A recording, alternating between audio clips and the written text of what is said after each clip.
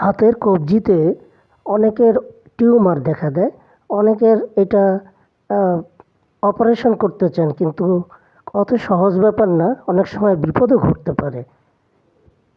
অনেক সময় ছোট টিউমার দেখা যায়, সেগুলো আহ, হাতের কবজিতে হতে পারে, তারপরে হাতের পিছনের দিকে হতে পারে, তারপরে ধরুন আপনার আহ, সামনের দিকে হতে পারে। সাধারণত এগুলো টেন্ডন যেখানে আছে, হাতের টেন্ডন, সেগুলোর সাথে ওগুলোর থেকে উৎপত্তি হয়। আবার কিছু কিছু আছে যেগুলো অন্য জায়গার থেকে, যেমন নার্ভ থেকে উৎপত্তি হয়।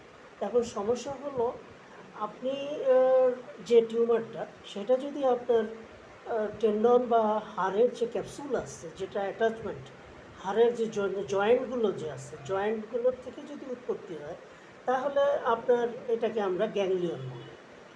গ্যাংলিয়নটার বা চিকিৎসা মোটামুটি অত বেশি ঝামেলার না, অপারেশনটাও অত ঝামেলার না। কিন্তু সমস্যা হলো, আপনি যদি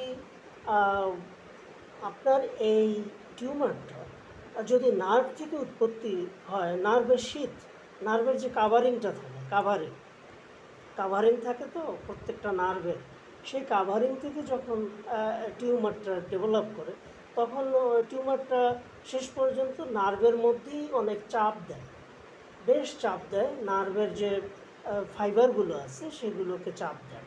আর সেই কারণে তখন ওই রোগীর বিভিন্ন ওই রগ বা ওই স্নায়ুটা, ওই নার্ভটা যে পথে যায়, সেই পথে পথে যেখানে যেখানে সাপ্লাই দেয়, সেই সাপ্লাইয়ের জায়গায় যে কাজটা, যেমন ধরেন হাতে সাধারণত আমাদের যে মিডিয়ান নার্ভ আছে, আমাদের আলনার নার্ভ আছে, রেডিয়াল নার্ভ এগুলো আছে, এগুলো আপনার মোটর এবং সেন্সরি দুটোই থাকে। তার মানে হলো, আপনি যে গ্রিপ করতেছেন, তার মানে আপনি যে একটা জিনিস শক্ত করে ধরতেছেন, যে আমি ধরলাম না, স্পিকারটা যে ধরলাম, এই যে এইটা ধরা, এই ধরার যে ফাংশনটা, যদি ওই ধরার যে অ্যাক্টিভ ভিটি, যে নার্ভটা রেসপন্সিবল, যে নার্ভটা করে, সেই নার্ভটার মধ্যে যদি এই আপনার টিউমারটা তৈরি হয়, তখন আপনার কিন্তু অবশ্যই সমস্যা।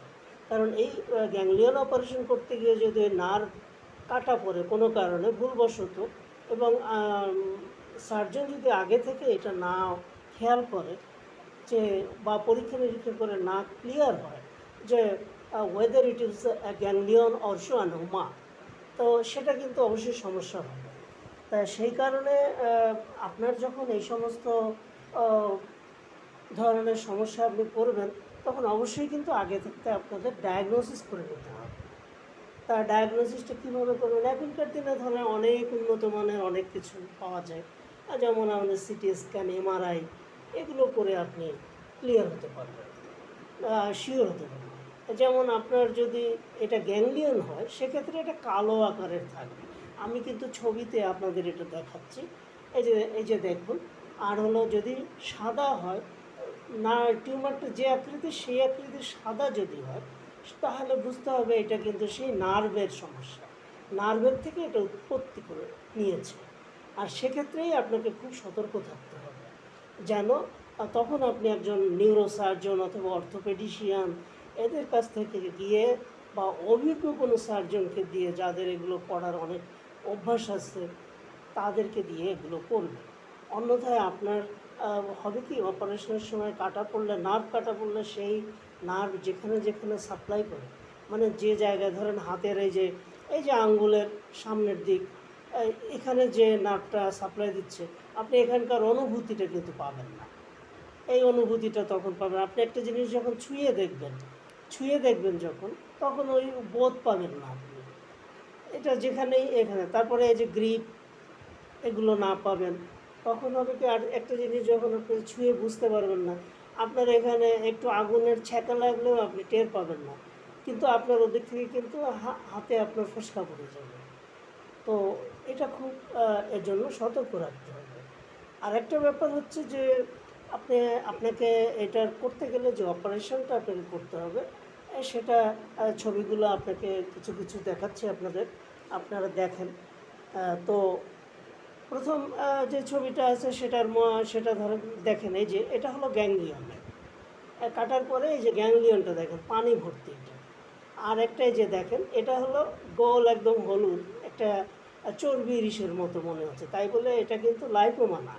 কারণ হচ্ছে যে এটা এসেছে হলো উৎপত্তি নিয়েছে নার্ভের যে ফাইবার আছে, ফেসিকলসগুলো আছে, নার্ভের আহ, যে কাভারিং আছে সেগুলোর থেকে এটা তৈরি হয়েছে, তাই খুব সতর্কভাবে এই অপারেশনটা করতে হবে। তা বন্ধুরা, আপনারা ভালো থাকেন।